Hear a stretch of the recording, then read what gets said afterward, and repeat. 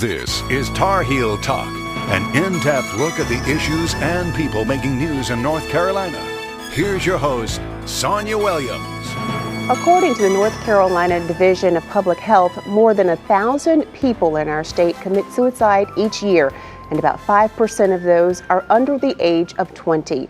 This week we discuss the difficult topic of teen suicide. We'll hear from two mothers who know the subject all too well, as they've both recently lost their teenage sons to suicide. But first we take a look at how community organizations are raising awareness and providing support. And for that we turn to Courtney Worthen, Executive Director of HopeLine, an organization that offers crisis lines for both adults and teens, as well as educational programs. Courtney, welcome to Tarheel Talk. Thank you, Sonia. HopeLine has been a part of the community since 1970. Tell us a little bit about the organization and your primary focus. Well, it was started by a group of individuals who really felt there needed to be a confidential line that people could call when they were in any type of crisis. And then eventually they decided, there's really a need out there to focus on suicide.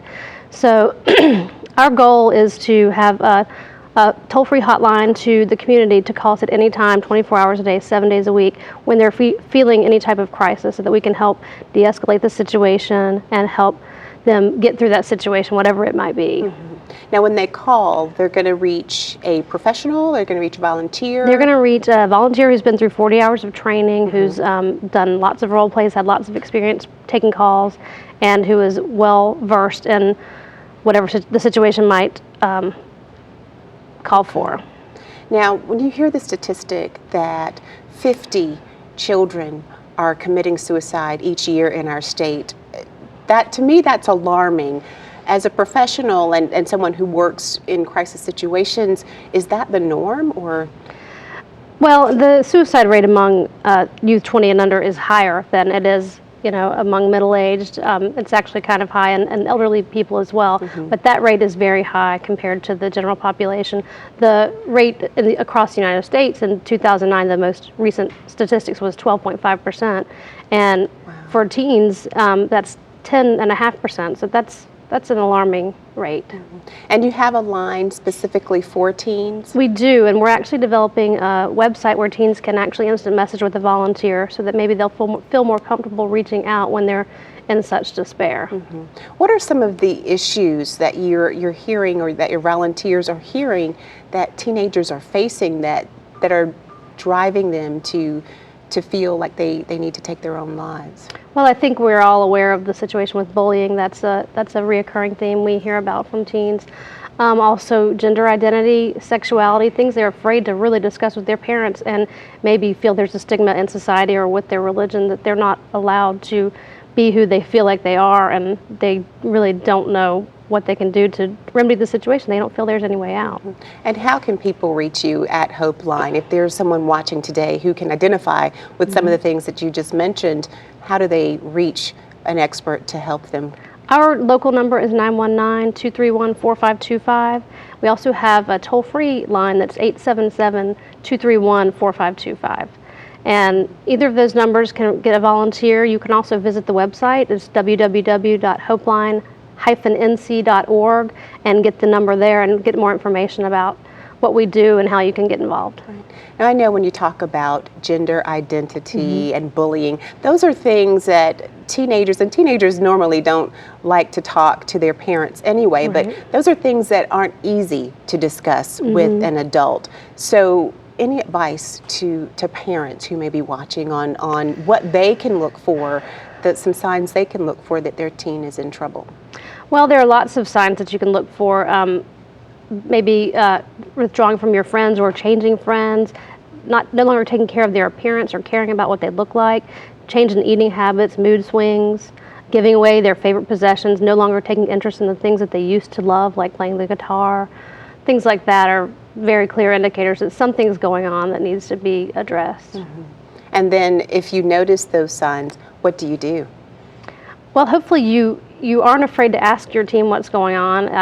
I understand relationships with teens can be difficult, and they might not give you a straight answer. Hopefully the next step would be to reach out and get help, whether it be to talk to a Holly Hill or to call HopeLine, but talk to a professional and make sure that it doesn't. The most important thing is to not ignore it and don't think that it's their crying wolf. Just take it seriously. Take it seriously. Absolutely. Tell us again how people can find out more information and reach HopeLine. You can visit the website. It's www.hopeline-nc.org or call 919-231-4525. That's our crisis line. All right, Courtney Wortham, we're going to take a break. We'll talk more with you a little bit later in the show. Thank you. All right. Up next, two heart-wrenching stories of two mothers who lost their sons to suicide. Tarheel Talk will continue after these messages.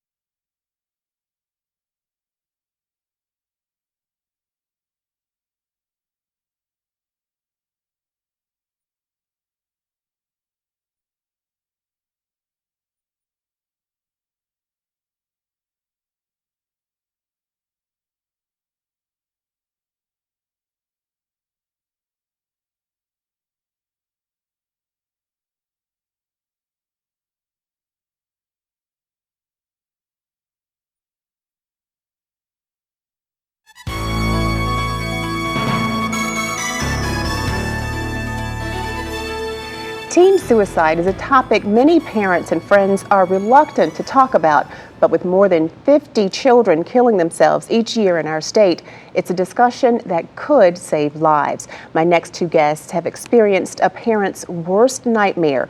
Their sons both committed suicide last year. They are Allyson McNeil, mother of Dylan McNeil, and Donna Arrington, mother of Cody Arrington. Ladies, thank you so much for being with us. Thank you, Sonia. Now, Allyson, your son Dylan committed suicide in February of 2011. What happened? He had been sort of going through a rough patch, and I was listening to Courtney talk about the different stages and the different signs you need to look for. And in hindsight, we saw a lot of what was going on. He started to withdraw from the people that he hung around with. He had no interest in skateboarding and the things that he did all the time. He was sleeping a lot, and we felt like we were doing our job trying to motivate him, and you need to get out, you need to get a job, you need to really start picking up your life. And I think we just missed it. We just missed it completely.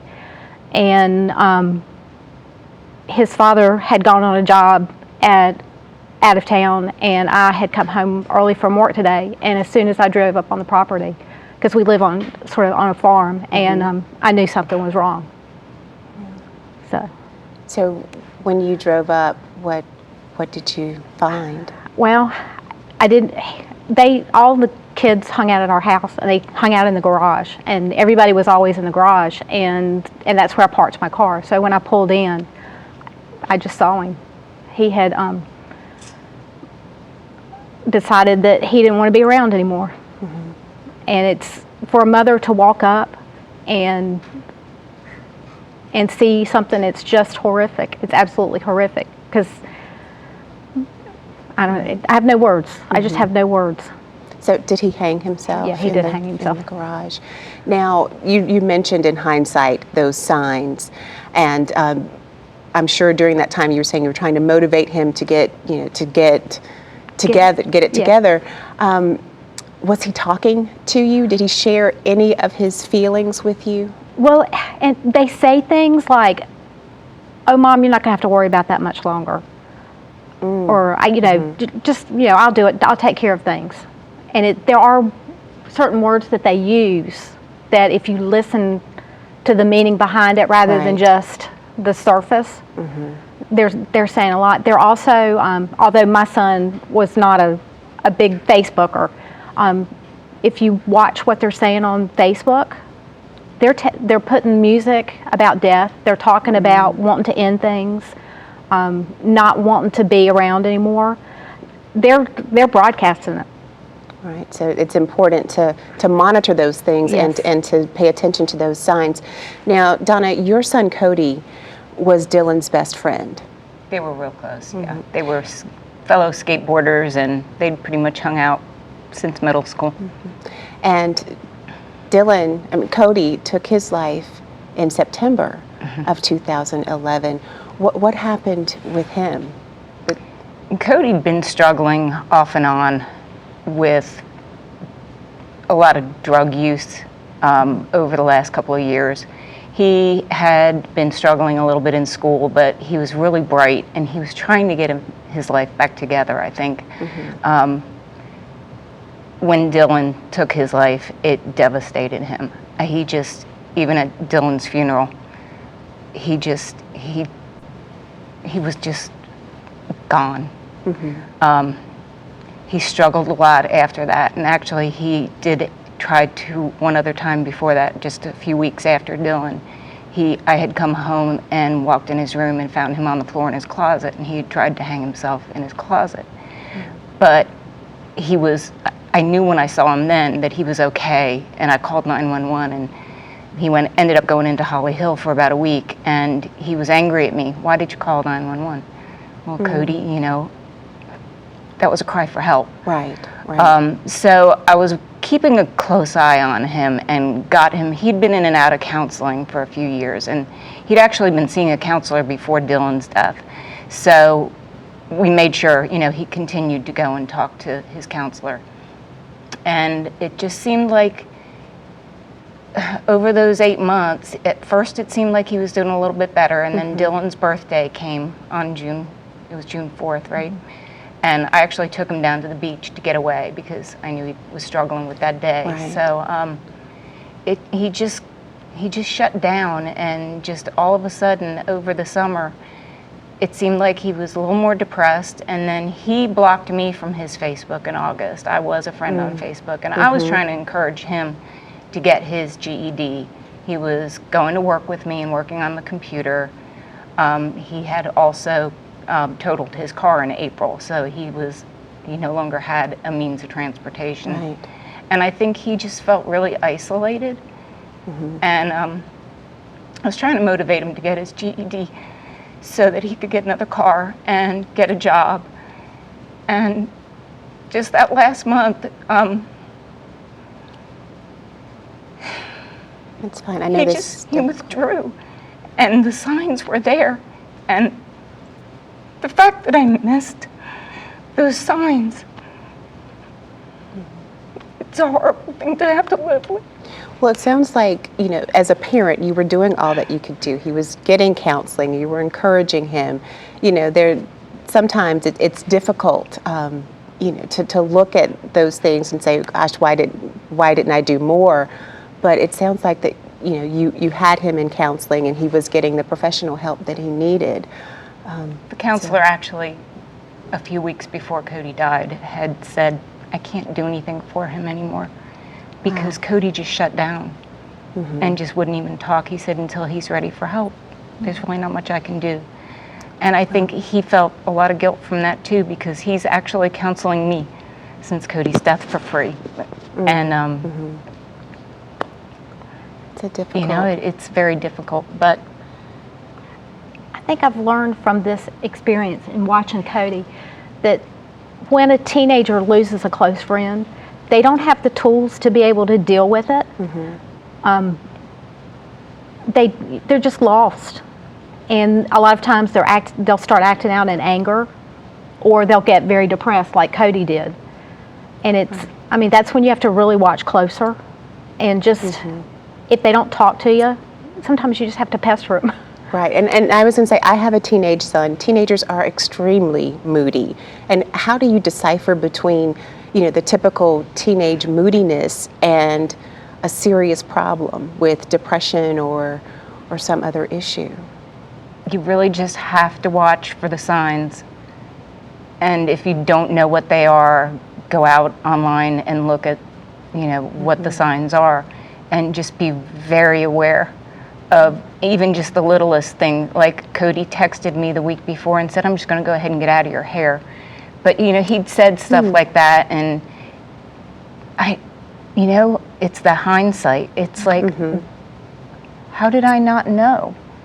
And even the night before he did it, that night when I went in to talk to him, and I said, I'm really worried about you. I really would love for you to get some help. We need to do something. And he said, I've just not been happy for a long time, Mom. You know? And I went to bed. He gave me a hug, and I went to bed. And now, after Dylan's death, Cody, there was a Skate4Life, and Cody, because they both love skateboarding, that was something that he participated in. Yes. And tell me a little bit about that. We see some pictures here of Cody at that event last year. That was last May? Yes. Is that in May? yeah, we, after Dylan died, I was kind of motivated to do something for Cody and for their friends, to get them together doing what they loved, and to plant a tree and have a little memorial for Dylan out at Marsh Creek, which is where the boys skated together.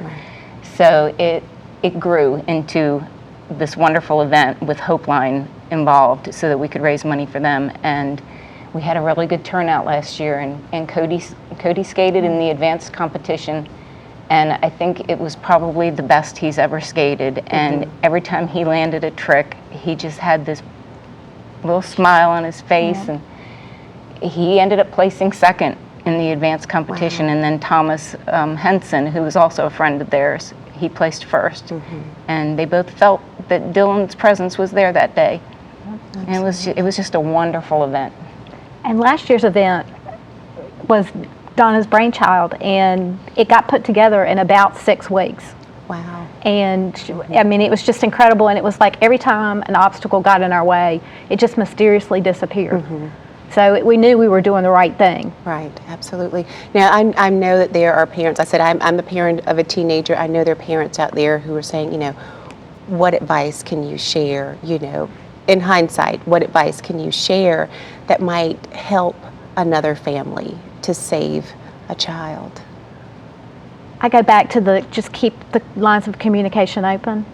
You know, don't be judgmental. Just, you know, sometimes if That's you just important. Just sit and be quiet, or, you know, sit in a situation where they don't have to look at you directly in the eye. Sometimes they'll open up. When they get to a point where they've just completely shut down, just don't let them be alone. That's critical. Well, I certainly thank you both so much. It takes so much courage to share this very personal tragedy, but I'm sure and hopeful that it will help save another teenager's life. And we thank you both so much for taking the time to honor your sons and to share this information with us today. Thank you so much. Thank you.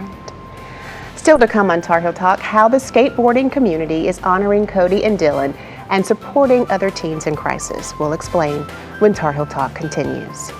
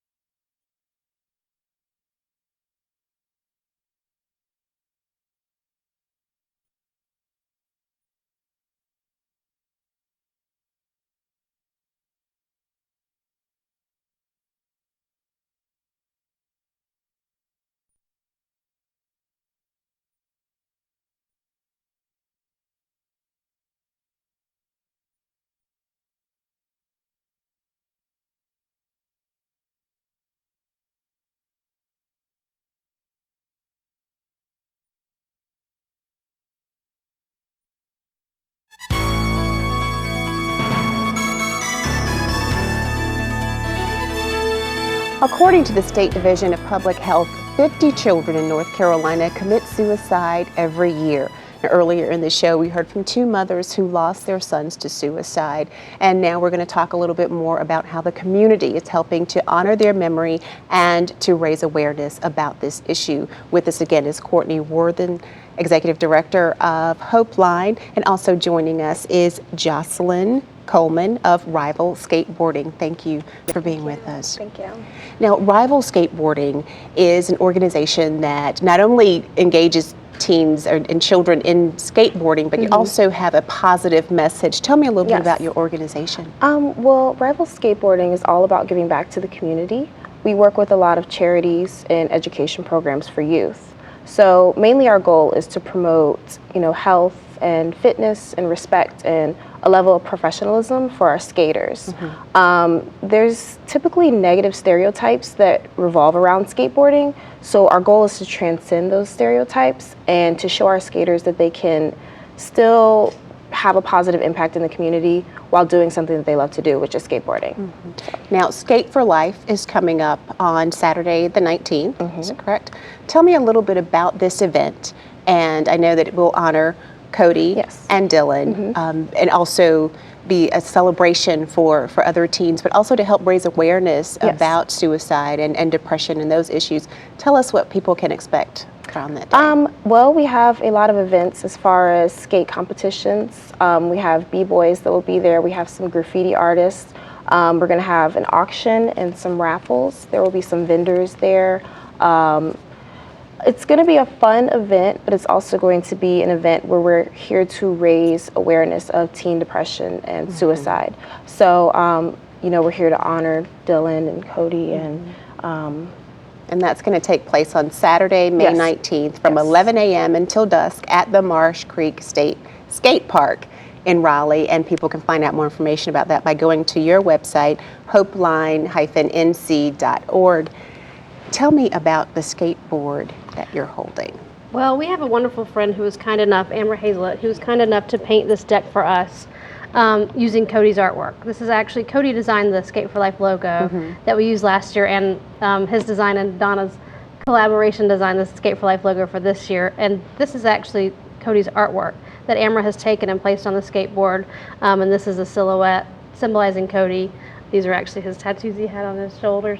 And Donna looking down over him. And so we're actually going to be auctioning this off, and I think I can say that it's been autographed. No, I can't. It's been autographed by Mike V. Okay, and tell us who Mike V is for those of us who are I'm the wrong person to ask, but he's a famous old school skateboarder. He works a lot with I Ride, I Recycle, where they recycle old skateboards as a way of for the environment, and so he's pretty known. Okay, so he's a famous skateboarder. Yes, and so that will be auctioned off. Yeah, this is actually going to be an online auction starting on Facebook. It should be up this week. We have a Skate4Life event on Facebook, and there's also a Skate4Life page, and you can find information about this on either of those. And also on HopeLine's website, we can link you to that.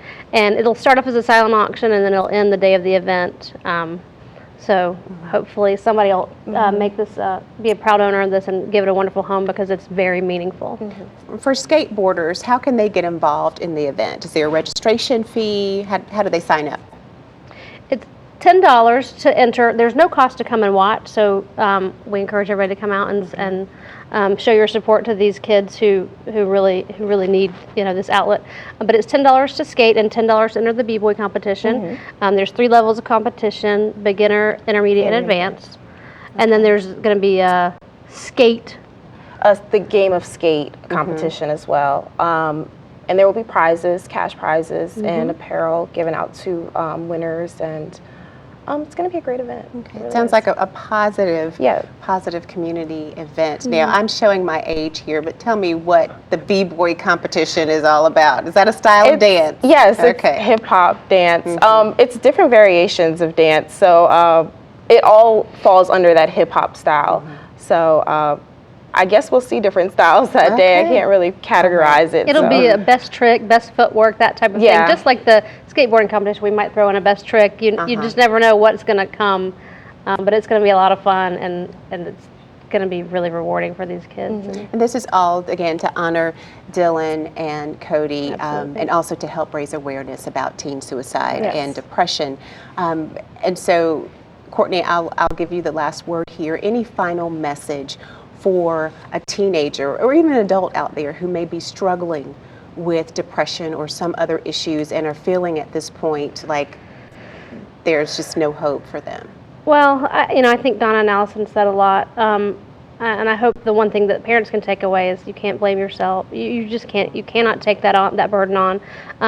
But you have to reach out, and you have to not let go, like a dog with a bone, as they say. If you see your child's in trouble, you really need to not let go. And it's hard to explain to teens, but they're going to get through this. And I don't know how. If we could get to the point where they could understand that. It would save a lot of lives, but hopefully they'll just reach out. All right, and we thank you both so much. The Skate4Life will be on Saturday, May 19th from 11 a.m. to dusk at the Marsh Creek Skate Park. And so we hope people will come out and enjoy that event. We thank you for sharing this information with us today. Thank you. All right, that's it for this week's Tar Heel Talk. To send us a comment, send us a message on our Facebook page, or if you want to send us an email, that's tarheeltalk@fox50.com. I'm Sonia Williams. Thanks so much for watching. We'll see you again next week.